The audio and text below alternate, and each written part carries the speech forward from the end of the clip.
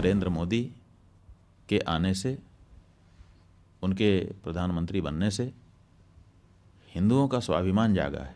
हम एंटी मोदी नहीं हैं, बल्कि मोदी के प्रशंसक हैं। इतना हिम्मती और हिंदुओं के पक्ष में दृढ़ता के साथ खड़ा रहने वाला कौन सा दूसरा प्रधानमंत्री अभी तक आज़ाद भारत में हुआ है, बताओ ना। सच बात यह है कि नरेंद्र मोदी के आने से, उनके प्रधानमंत्री बनने से हिंदुओं का स्वाभिमान जागा है। और हिंदुओं का जो स्वाभिमान जागा है, ये कोई छोटी बात नहीं है। कही है कि हम एंटी मोदी नहीं हैं, बल्कि मोदी के प्रशंसक हैं। और इसलिए प्रशंसक हैं क्योंकि इतना हिम्मती और हिंदुओं के पक्ष में दृढ़ता के साथ खड़ा रहने वाला कौन सा दूसरा प्रधानमंत्री अभी तक आज़ाद भारत में हुआ है, बताओ ना। अच्छे अच्छे प्रधानमंत्री हो गए, हम किसी की आलोचना नहीं कर रहे हैं, उन सब की अपनी अपनी विशेषताएं थी, लेकिन हिंदू भावना को समर्थन देने वाला, हिंदू स्वाभिमान को, हिंदू के आत्मबल को बढ़ाने वाला ये तो पहला ही प्रधानमंत्री है ना। और हम एक हिंदू होने के नाते एंटी कैसी बात करते हैं। आप लोगों को तो केवल यही धुन है, एक ही एजेंडा आप लोगों ने बना लिया है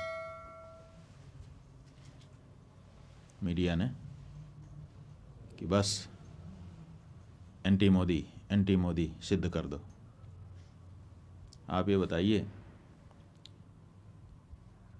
कि जब इन्हीं प्रधानमंत्री के द्वारा, इन्हीं के गृह मंत्री के द्वारा धारा 370 समाप्त की गई, क्या उसका स्वागत हमने नहीं किया? नागरिकता कानून लाया गया, क्या उसके बारे में हम लोगों ने अच्छा नहीं कहा? समान नागरिक संहिता की जब बात की जाती है तो अपनी जो हमारी धार्मिक चिंताएं हैं उनको व्यक्त करते हुए क्या हम उसका स्वागत नहीं करते हैं? प्रधानमंत्री जी ने स्वच्छता का अभियान देश में चलाया, क्या हम लोगों ने उसमें कोई बाधा डाली? क्या उसकी सार्वजनिक प्रशंसा नहीं की गई?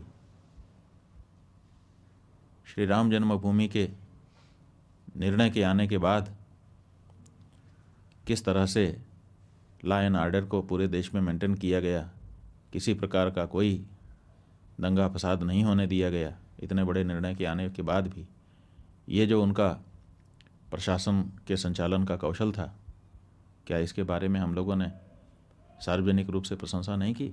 जो हिंदू होने के नाते हिंदू भावना को जब बल मिलता है तो स्वाभाविक रूप से प्रसन्नता होती है, और ये काम नरेंद्र मोदी जी कर रहे हैं।